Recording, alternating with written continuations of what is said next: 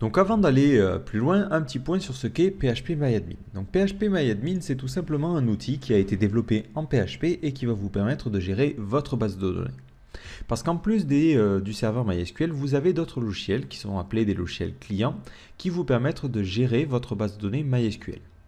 Le problème de MySQL, c'est que par défaut, si on veut gérer la base de données et gérer un petit peu les données, on est obligé d'utiliser les lignes de commande. Mais vous en conviendrez, ce n'est pas forcément pratique, surtout quand on débute. Donc l'utilisation d'une interface visuelle pour gérer la base de données est quasiment indispensable, en tout cas lorsque l'on débute. Donc pourquoi on va parler de PHP-MyAdmin? C'est vrai qu'il existe d'autres systèmes qui vous permettent de gérer la base de données.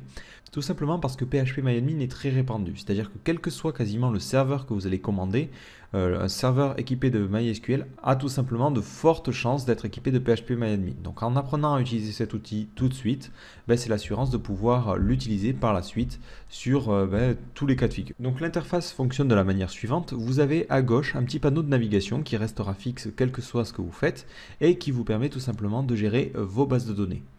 Donc vous avez soit des listes déroulantes, soit une liste qui vous affiche les différentes bases de données qui sont sur votre serveur. Donc si vous avez installé en local, comme on l'a dit dans la précédente formation, vous devriez avoir 2-3 bases de données, une qui s'appelle information schéma, une qui s'appelle MySQL et sûrement une qui s'appelle test. Et c'est tout. Donc ne vous inquiétez pas, ce sont des variables de configuration, enfin ce sont des bases de données de configuration, vous n'y touchez pas et vous n'aurez jamais à y toucher. Ensuite, vous avez en haut ici le fil d'Ariane qui vous permettra de revenir en arrière quelle que soit l'étape où vous êtes. Vous avez en dessous les différents onglets d'action qui vont changer suivant le panneau sur lequel on va être. Ne vous inquiétez pas, on va en reparler plus tard, au fur et à mesure de l'utilisation. Et vous avez ensuite ici tout le contenu qui changera suivant la page sur laquelle on est. Voilà. Donc ne vous inquiétez pas, l'interface peut paraître un petit peu complexe, c'est vrai qu'il y a des boutons dans tous les sens, mais au fur et à mesure, vous allez apprendre à l'utiliser. Donc pour cette formation, on ne va pas utiliser les lignes de commande, je tiens vraiment à le préciser, mais on va plutôt utiliser cette interface-là qui va nous permettre de gérer les différentes informations. Donc d'ailleurs, un petit point sur l'interface, c'est vrai que vous pouvez être peut-être déstabilisé parce que vous n'avez pas forcément les mêmes couleurs.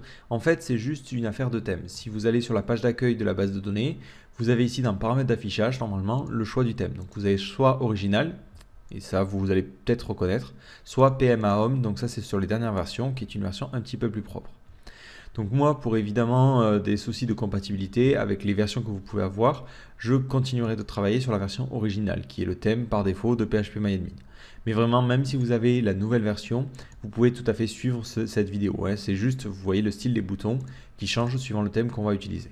Donc moi, pour que vous compreniez bien comment ça fonctionne et pour avoir l'interface la plus proche de la vôtre, je vais utiliser le thème original.